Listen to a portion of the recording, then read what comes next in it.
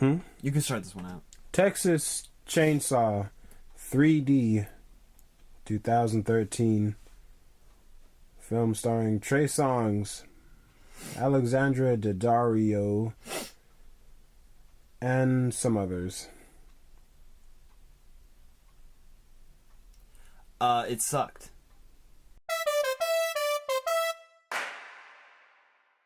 Is it actually technically leather? It's made out of people's faces. Shouldn't we call like other beings skin face? It should be called face face. Face. Human face. Yeah. Other people's face. Skin on my face, that's not my skin. Skin, face, human, other person face. That was sewn in at the end. Just in that one cheek, though. His right cheek, that was the only part that he... Let's say what we thought about the movie. Like, just... I wasn't feeling it. No disrespect to the people involved. I'd probably give it a 4 or 5 out of 10. 4 or 5 out of 10. The 3D one. That's low for me. Because that's like... If it was like a grade, it would be an F. Yeah. I give it a 0 out of 10. There's nothing I liked about it, except maybe some scenes where a titty was shown. But there were none, except for that corpse. You almost got there. We almost got there. There was a corpse. It was a black and white photo, and it was weird because it was just like... It was charts, all the skin was black, but there was like one like white circle and then like a little like nipple in it, but that was the only nipple. Really? You didn't see that? No, I didn't know. I wasn't really looking for it, but like when I saw it, I was like, yeah, nipple. A female one. What else did I not like about the movie? Everything. Yeah, I hated everything. The characters... Let's talk about the characters. So, the main kind of... What can you say about the characters? It seemed like they're trying to make all of them unlikable, except for the main girl, I still didn't even like the main girl. The police sheriff. Yeah. I didn't even like her. And then they try to make Leatherface... Or skin... they try to make Skin Face like all sympathetic, like, oh, he's an abnormally strong man who's like 70 years old and can like lift a truck, but he's like mentally challenged and stuff like that. And then it's like, oh, he just needs to be raised because he just needs love. Well, no. Okay, the thing in the first one, he was mentally challenged like through it, like completely, like. Yeah. And there's a great scene in that movie where he was only killing the people that came into his home. He wasn't going out and killing anybody. Sally, I hear something. Stop. He wasn't going out and killing anybody. But anyway, there was a scene when Leatherface had just killed the curly-haired guy, the guy with the glasses. I don't even remember that. Well, he had just done that, but he was scared. Mm-hmm. He was like, shit, someone in my house, and he went and killed them. But then he, while they're, the guy's, twitching on the ground or something like that, he, goes into the other room and, starts, having a panic attack. So there's, a level of, humanity in him. He's not... he's scared. He's people are coming into my home. It seemed more like a more realistic response, I guess. Yeah. And then this one was just... He was just killing... It was just marking guys. Yeah, and it was okay... I don't like Doug Dimmadome or the Denzel Dimmadome in this movie either. Who is Doug? Oh, yeah, I didn't... What was he in there? Who the fuck was that in the first place? What was his name? He looked like a Doug. he did look like Doug Dimmadome, or the Denzel Dimmadome. Nobody loves you like your family, I guess. But I feel like what I just said kind of gave it all killers are... They have... You know what? Let's not go that deep into it. Let's just talk about the movie. The character's main girl, she was the main person. You know, kind of I don't know who I am because I just found out 10 minutes ago that I'm adopted and my grandmother died and left me a whole house. And then her boyfriend was black, so that was progressive. And but he was cheating on her with her other friend. I'm assuming he does not have really good willpower. Yeah, I didn't like it. Like, he seemed like a cool dude, and then he's like, "Oh man, we cheated a little while ago, and oh man, we're gonna do it again." And then he died, so it was like, okay, well, it seems like they were just kind of making him an unlikable guy, so that when he died, it didn't really matter that much. And then the friend that he was cheating with, she got shot by a cop because she tried to like jump scare him or something like that. She tried to like pounce on him in the she tried to pounce on him in the icebox for like no reason. And she got shot, and it was just like funny. What about the guy that was like stealing things in the beginning of the movie? Yeah, I totally forgot about that. Like, his name was like Steve or something. He was a total douchebag, but then like he literally. Second of all, how the fuck did he know where they were going and he was gonna get there and then like immediately steal shit? I think. How did he know where they were going? There was like gonna be priceless artifacts they need to steal and then sell on eBay. He just ran into him. Exactly. And then they stopped at the house. He's like, "Oh, sweet, I'll just stay here." Why didn't he just button up his shirt too? What was that all about? He met them like in the rain in the middle of the night. His shirt was like down to his belly button, and it's kind of like what the heck, dude? Jesus, dude, you alright? Oh my God. Yeah, it's alright. Hit him, Kenny. Sorry, I didn't see you, man. It's alright. I should probably sue. Well, so for a stick of that jerky. What the heck, dude? The mere fact that we like don't like the characters in the movie, like in the first movie, like yeah, they were like annoyed with the guy in the wheelchair, but they still like treated him nicely. It seemed like they were just giving him all kinds of. Oh, I didn't really see them really giving him any shit. Get excited of that. Like in the Michael Bay Friday the 13th, they were totally being jerks to everyone. Really, they were all being jerks to each other. But in the Texas Chainsaw Massacre, they weren't really being jerks to each other. What are you looking at? The actress. Oh, Tom Berry. He played Sheriff Hooper. I liked him. He was cool.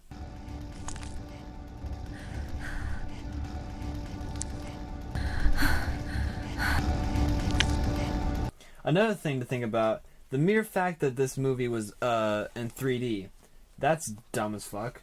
And it had 3D in the title, so it's like that doesn't make me excited because we didn't watch it in 3D. We watched it on a regular television, but didn't have the red and blue glasses or nothing, man. And then like all the 3D stuff didn't come in until didn't even come in until the end, and it was him like pointing and then like moving the chainsaw closer, and then. That's all I remembered. And then it was the CGI blood because the dude was like falling into the chop up thing. It's like just there's use like a lot practical of CGI blood. Yeah, just use like regular blood. Like just put some water with some food coloring in it or something. I don't know how you guys do it. It was painfully noticeable that it was completely fake. Like she would go really slowly into the camera with the pitchfork, and then all of a sudden, If she was going this slow, how did she impale him so hard? Unless they like fast forwarded 2 minutes, and then it would yeah, like we gotta cut it for time. Just cut to her like killing him. Okay, it's like, and then she like raises him at the end. No, not like raises him. I guess she had to like take care of him. Taking care of him, but still, I'd have locked the door and left. The mere fact.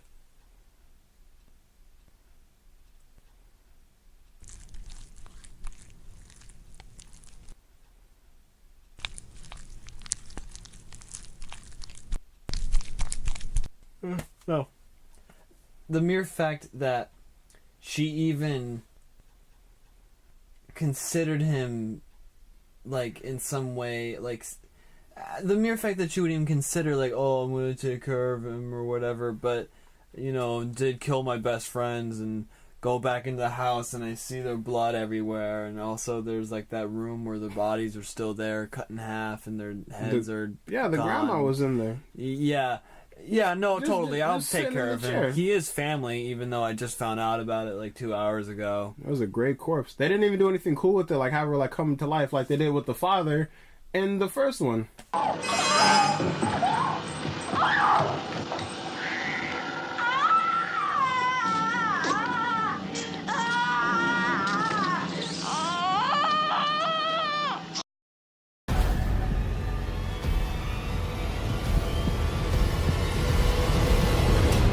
I changed my mind. The original. So much better. So much better. On so many different levels. First off, the intro. My God, that intro is the best intro of all time. I have not seen a better intro, a better introduction to a family than hearing a crazy guy in pitch darkness dig up a grave and then take pictures of it and that, oh my God. Sadistic. My stomach hurts. I don't know why. It's probably from all this. We're still filming, man. Yeah, no, like, everything about it. Oh yeah, the intro. I was talking about the intro. Intro was pretty good. Intro was incredible. What a great way to start off the introduction to the family with hearing the body being dug up in darkness. The intro to the new one fucking blows. It was just a recap of what happened in the 1974 one. With horrible edits. They try to make it all scary in a more modern way. It's like, hey, stop it.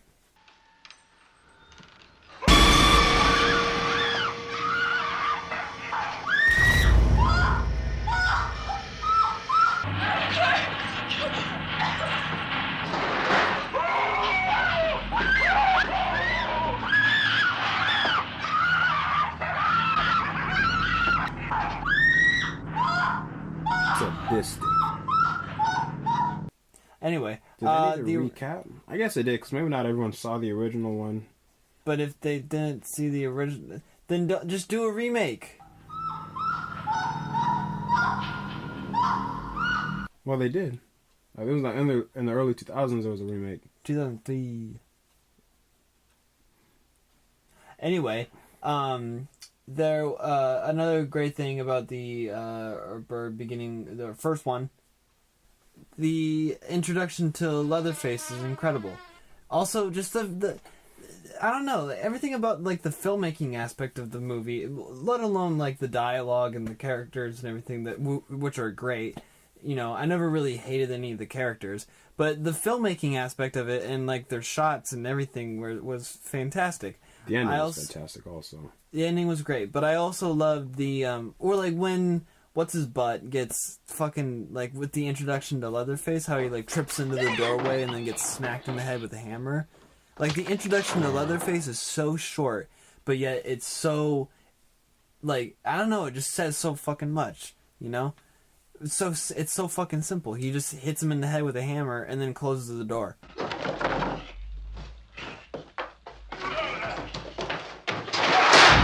I wish you wouldn't slam my goddamn door. You better close it soft. Another thing to think about is that this movie came out in 74. And 1974. Mm-hmm. Yeah, not 1874. No. Not 2074. Yeah, we haven't gotten there yet. There was a 2074 BC, so technically.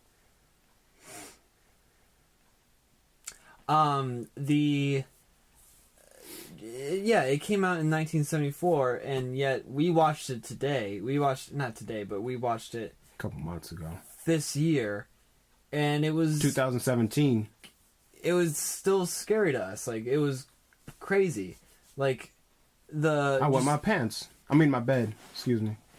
The part when what's-her-butt gets, like, put onto the hooks. That part is awesome. Yeah, he hooked her in real good, man. Yeah, and it still holds up to this day. Also, a lot of people don't know this, but that movie is actually about being vegetarian. Yes, it made me vegan. Why the fuck you lying? Why you always lying? Oh my God. Actually, yes. Why the fuck you lying? Yeah.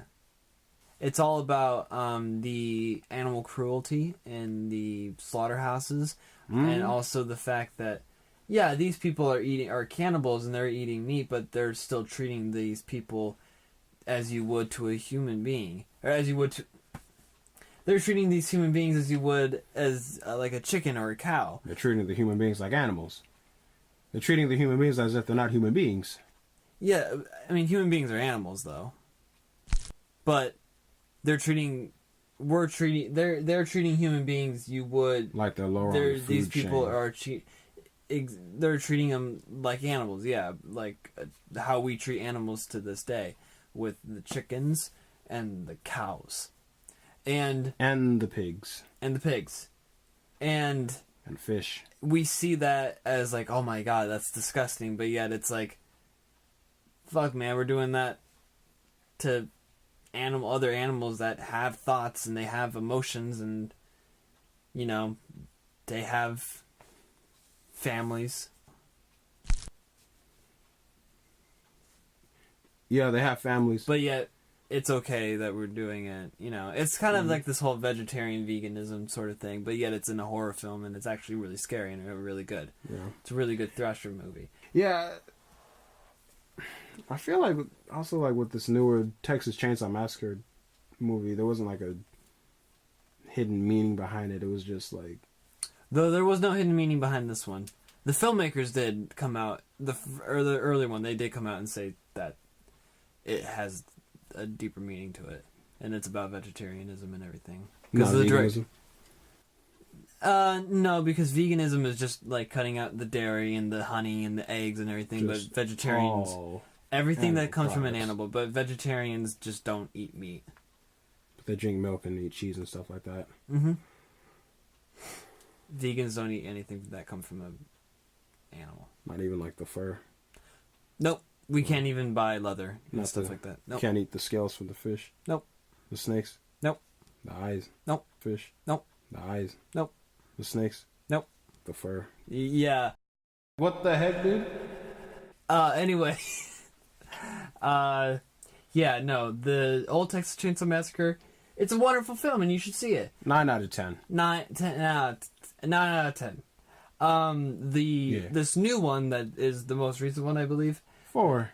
I give it a 0 out of 10. There's nothing good about this movie. Would you consider the ending of the first one to be suspenseful? Suspenseful? When he was chasing the car... At that point, I'm like, this dude could probably outrun like a cheetah or something like that. I don't know what's up. You know, so that was kind of suspenseful. And then she got away, and then it seemed like the main girl, she was kind of like laughing, but because she was like going crazy because she was hysterical.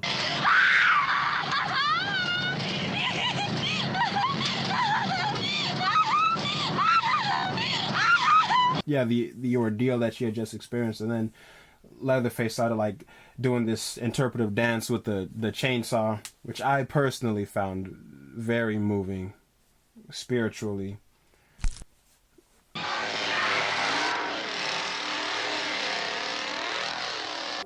say love, it is a flower, and very moving. I wouldn't say it was suspenseful. It was definitely more interesting. The ending to this 2013 one left me with just irritation. I forgot how it ended already. So basically... Now, it's your turn. And then it's credits.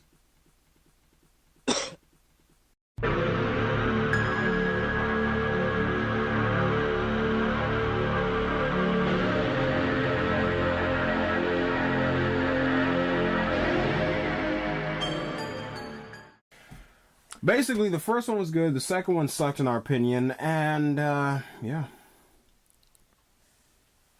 Add, like, some credits or something. Some fireworks. And an end credit scene.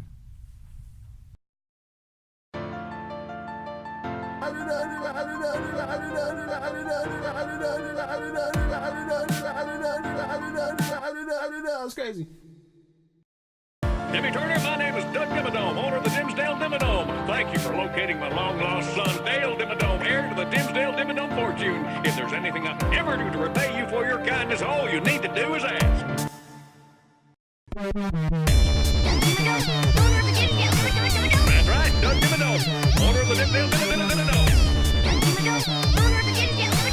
That's right, Doug Dimmadome, owner of the Dimsdale Dimmadome.